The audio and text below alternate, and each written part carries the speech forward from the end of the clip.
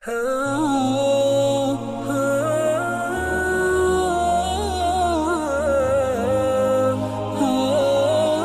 علیکم ورحمۃ اللہ وبرکاتہ۔ ان الحمد للہ نحمده ونستعینه ونستغفره ونعوذ باللہ من شرور انفسنا ومن سیئات اعمالنا من يهده الله فلا مضل له ومن يضلل فلا هادي له اشهد ان لا اله الا الله واشهد ان محمدا عبده ورسوله يا ايها الذين امنوا اتقوا الله حق تقاته ولا تموتن الا وانتم مسلمون يا ايها الناس اتقوا ربكم الذي خلقكم من نفس واحده وخلق منها زوجها وبث منهما رجالا كثيرا ونساء واتقوا الله الذي تساءلون به والأرحام إن الله كان عليكم رقيبا يا أيها الذين آمنوا اتقوا الله وقولوا قولا سديدا يصلح لكم أعمالكم ويغفر لكم ذنوبكم ومن يطع الله ورسوله فقد فاز فوزا عظيما أما بعد فإن خير الحديث كتاب الله وخير الهدي هدي محمد صلى الله عليه وسلم وشر الأمور محدثاتها وكل محدثة بدعة وكل بدعة ضلالة والضلالة في النار وقال النبي صلى الله عليه وسلم عن عقبة بن عامر رضي الله تعالى عنه قال قلت يا رسول الله من نجات قال أملك عليك لسانك وليسعك بيتك وابك على خطيئتك رب اشرح لي صدري ويسر لي أمري واحلل عقدة من لساني يفقهوا قولي رب زدني علما رب زدني علما رب زدني علما اللهم انفعنا بما علمتنا وعلمنا ما ينفعنا وزدنا علما۔ تمام قسم کی تعریفات مالک ارض و سماء اللہ عز و جل کے لیے، درود و سلام سید الانام سید ولد آدم، سراپا رحمت مجسمہ شفقت امام الانبیاء والمرسلین، سید الرسل خاتم النبیین رحمت للعالمین جناب محمد الرسول اللہ صلی اللہ علیہ وسلم کی ذات اقدس و مطہرہ پر ہر انسان کو دنیا اور آخرت میں نجات اور کامیابی اس کا شوق ہوتا ہی ہے۔ ہر انسان کی خواہش ہوتی ہے کہ دنیا میں بھی وہ ایک کامیاب انسان کے طور پر اور آخرت کا تذکرہ کیا جائے تو اس میں بھی وہ کامیابی کا طلبگار ہی ہوتا ہے۔ اللہ کے نبی صلی اللہ علیہ وسلم نے پرفتن دور میں جب انسان کے سامنے حق اور باطل خلط ملط ہو، حق کی تمیز کرنا باطل سے یہ مشکل ہو، یا انسان پر شیطان کے مختلف وار ہوں اور شیطان کے مختلف ہتھ کنڈے ہوں، ان حالات میں بندہ مومن کو کچھ ایسی چیزیں اور ایسے اعمال بتلائے ہیں جن کی بدولت وہ دنیا کے فتنوں سے بھی محفوظ رہ سکتا ہے، بہت سی آزمائشوں سے بھی محفوظ رہ سکتا ہے، اور آخرت میں بھی کامیابی سے ہمکنار ہو سکتا ہے۔ حضرت عقبہ ابن عامر رضی اللہ تعالیٰ عنہ نے اللہ کے نبی صلی اللہ علیہ وسلم سے ایک دن پوچھا، من نجات یا رسول اللہ، اے اللہ کے نبی صلی اللہ علیہ وسلم، آپ نے بڑے فتنوں کا تذکرہ کیا ہے، آپ نے بڑی آزمائشوں کا تذکرہ کیا ہے، آپ نے قیامت سے پہلے بہت سے امور کا تذکرہ کیا ہے، یہاں تک کہ ایمان کے متزلزل ہونے کا تذکرہ کیا ہے۔ اللہ کے نبی جب شیطان انسان پر ایسے وار کر رہا ہوگا تو اس وقت نجات کس معاملے میں ہوگی؟ کون سے امور ہوں گے جن کو ہم اپنائیں گے تو اللہ رب العزت ہمیں نجات دے دے گا؟ ہم فتنوں سے، دنیا کی آزمائشوں سے، شیطانی ہتھکنڈوں سے ہم محفوظ ہو جائیں گے۔ آپ علیہ الصلوۃ والسلام نے 3 باتیں بتلائی: امسک علیک لسانک ولیسعک بیتک وابکی علی خطیئتک۔ 3 کام کرو، دنیا کی آزمائشوں سے، شیطان کے حملوں سے محفوظ ہو جاؤ گے اور آخرت میں کامیاب ہو جاؤ گے۔ پہلا کام یہ ہے کہ اپنی زبان کو کنٹرول میں رکھو، بے جا اس کو استعمال نہ کرو، ضرورت کے تحت کلام کرو، ہر معاملے میں، ہر موضوع پر، ہر مسئلے میں۔ اس کو جب بے لگام چھوڑ دو گے تو پھر یہ ایسے ایسے کلمات نکالے گی، ایسے ایسے جملے صادر کرے گی جو انسان کو تباہی کے دہانے پر لا کھڑا کریں گے۔ اللہ کے نبی صلی اللہ علیہ وسلم نے فرمایا: ان العبد لا يعمل عمل اہل الجنہ، انسان جنتیوں والے اعمال کرتا رہتا ہے یہاں تک کہ وہ جنت کے بالکل قریب ہو جاتا ہے کہ اتنے میں وہ اپنی زبان سے کوئی کلمہ بولتا ہے، لا یلقی بہا بالا، جو کلمہ ادا کرتے ہوئے وہ کسی چیز کی پرواہ نہیں کرتا، عام سی بات سمجھ رہا ہوتا ہے، لا یلقی بہا بالا، عام سی بات سمجھ کے وہ اسے بول رہا ہوتا ہے۔ آپ علیہ الصلوۃ والسلام نے فرمایا کہ وہ اس کا ایک کلمہ اس کو جنت سے دور کر کے جہنم کے دہانے پر لے جاتا ہے۔ فرمایا: ان العبد لا يعمل عمل اہل النار، اور بعض دفعہ انسان اعمال کر رہا ہوتا ہے اور وہ اعمال جہنمیوں والے اعمال ہوتے ہیں، برے اعمال ہوتے ہیں، یہاں تک کہ وہ جہنم کے قریب چلا جاتا ہے۔ ثم يتكلم بكلمة لا يلقي بها بالا، پھر وہ کوئی کلمہ اپنی زبان سے بولتا ہے جو بولتے ہوئے اسے یہ یقین نہیں ہوتا کہ یہ کتنا بڑا کلمہ ہے، کتنی اہم بات کر رہا ہے، لیکن جب اس کی زبان سے وہ کلمہ ادا ہو جاتا ہے، آپ علیہ الصلوۃ والسلام نے فرمایا وہ ایک اچھا کلمہ اس کو جہنم سے دور کر کے جنت کے قریب کر دیتا ہے۔ یہ ہے وہ زبان جس کا استعمال اللہ کے نبی صلی اللہ علیہ وسلم نے اچھے طریقے کے ساتھ، اچھے اسلوب کے ساتھ کرنے کی ہمیں ترغیب دی۔ اکثر ما یدخل الناس الفم والفرج، آپ علیہ الصلوۃ والسلام نے فرمایا اکثر جو لوگوں کو جہنم میں لے کے جانے والے اسباب ہوں گے وہ ان میں سے ایک، اللہ کے نبی علیہ الصلوۃ والسلام نے فرمایا کہ انسان کی زبان ہوگی، یا تو اس کی شرمگاہ ہوگی یا اس کی زبان ہوگی۔ اکثر جو لوگوں کو جہنم میں لے کر جائیں گے یہ 2 چیزیں ہوں گی۔ من یضمن لی اثنین یضمنہ بالجنہ، جو مجھے ان 2 چیزوں کی ضمانت دے دے گا میں محمد صلی اللہ علیہ وسلم اسے جنت کی ضمانت دے دوں۔ اس لیے کلام کرتے ہوئے، گفتگو کرتے ہوئے، بولتے ہوئے اس زبان کو جو شتر بے مار چھوڑ دیتا ہے، کلام کی پرواہ نہیں کرتا، یہ اس کو ہلاکت میں ڈال دیتی ہے۔ حضرت معاذ رضی اللہ تعالیٰ عنہ کہتے ہیں: قلت یا رسول اللہ، میں نے کہا اللہ کے نبی صلی اللہ علیہ وسلم، اخبرنی عن العمل یدخلنی الجنہ، اللہ کے نبی مجھے ایسے اعمال بتلائیے جو مجھے جنت میں داخل کر دیں۔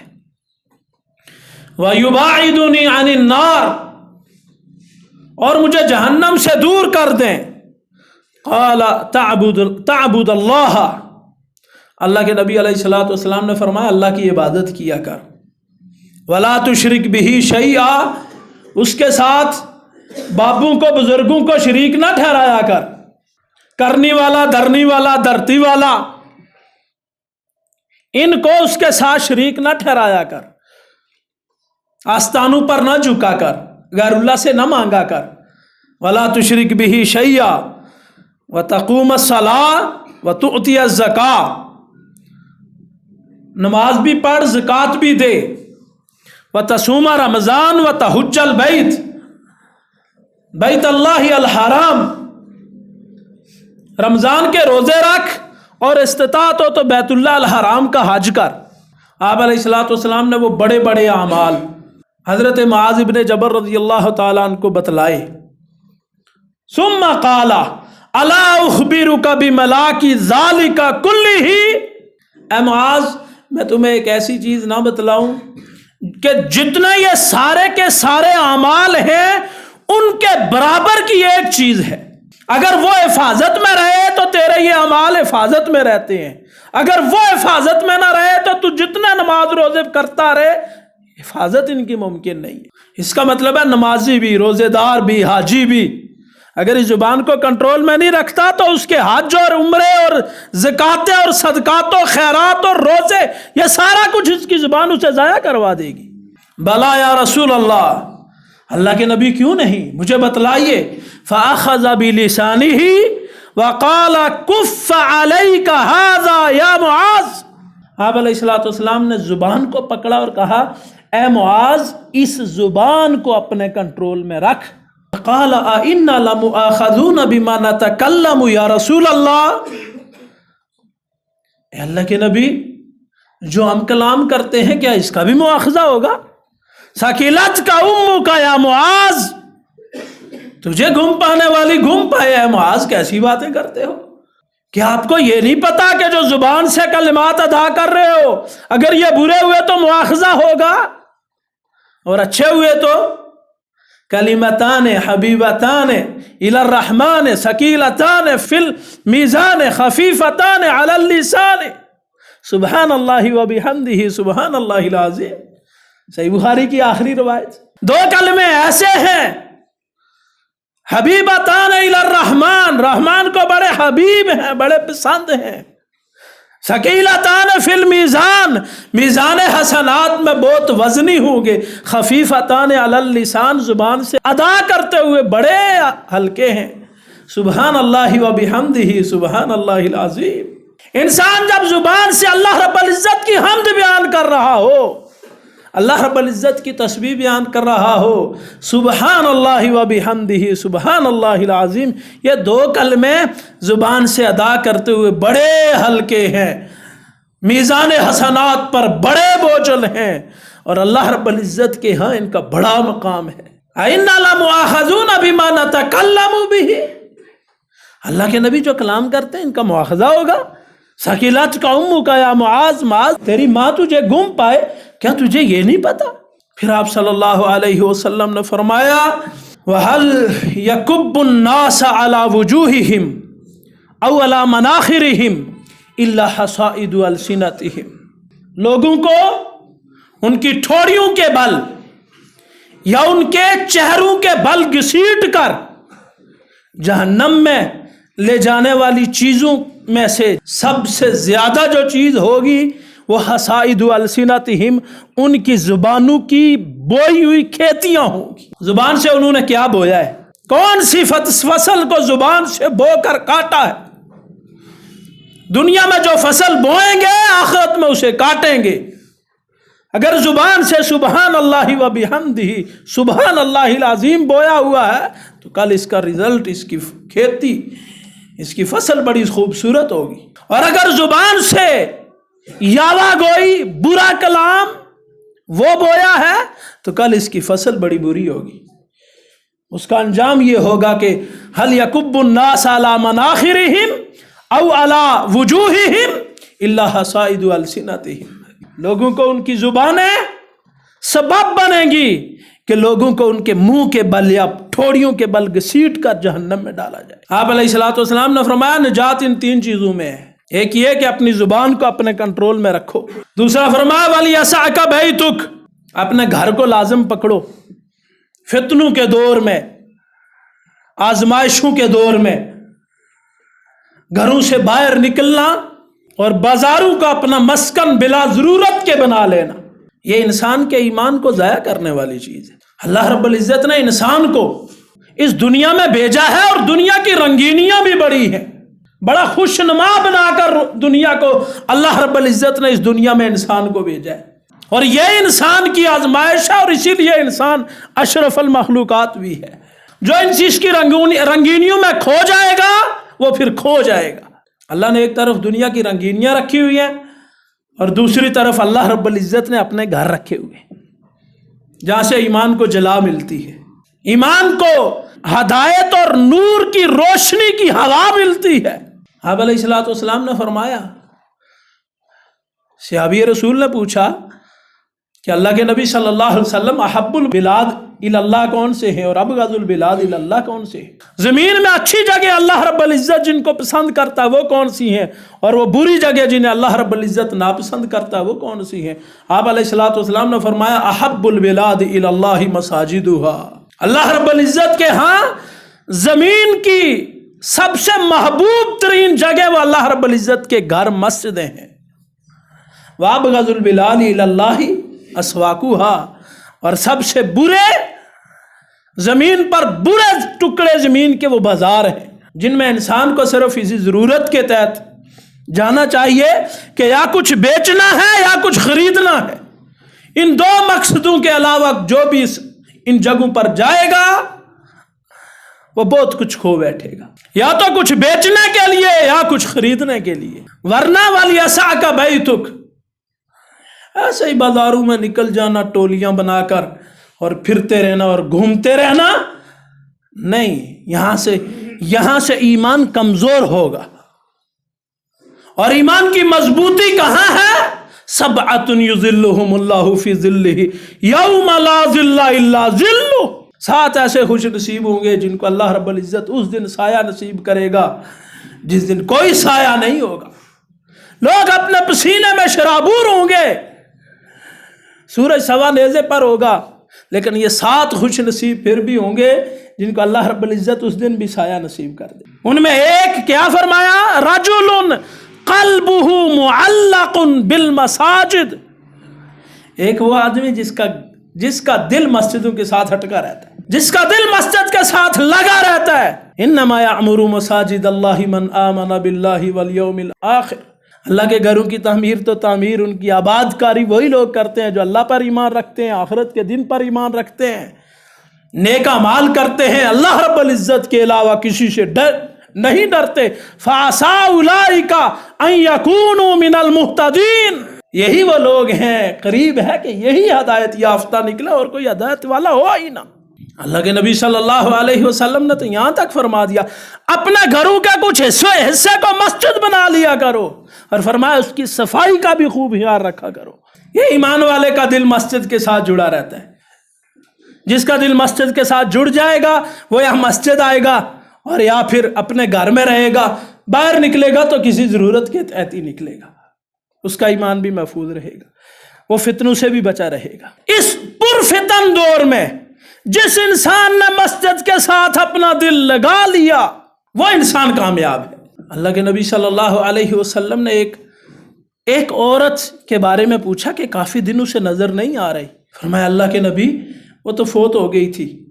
حدیث کے الفاظ ہیں کأنہم تقالوہا، صحابہ نے اس کا معاملہ چھوٹا سا سمجھا کہ صفائی کرنے والی عورت تھی، اسے تدفین کر دی اس کی رات کے پہرے میں۔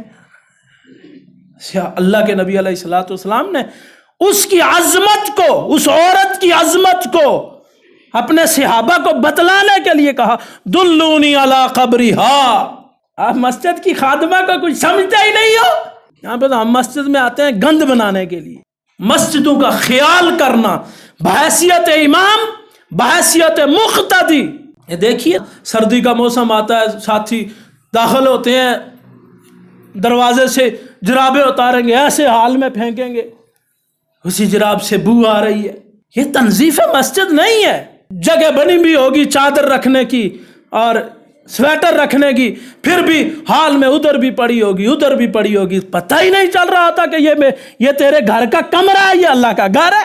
وہی 2 دن 3 دن پہنی ہوئی جرابیں جن کو دھویا بھی نہیں ہے مسجد میں آ جاتے ہیں، بو آ رہی ہوتی ہے، وہی سگریٹ پی کر زبان سے بو کے اٹھ رہے ہیں اور مسجد میں داخل ہو جاتے ہیں۔ یہ ساری چیزیں مسجد کے آداب کے خلاف ہے، یہ تعمیر مسجد میں نہیں آتی، اور جو ان سب چیزوں کا خیال رکھے گا وہ حقیقت میں مسجد کی تعمیر کر رہا ہوتا ہے۔ مسجد میں آئیں گے، موبائل بجے گا، یہاں سے ہی اٹھیں گے، باہر کی طرف جائیں گے، پچھلے حال میں جائیں گے، سارے نمازیوں کو ڈسٹرب کرنا، ہو بھائی یہ اللہ کا گھر ہے۔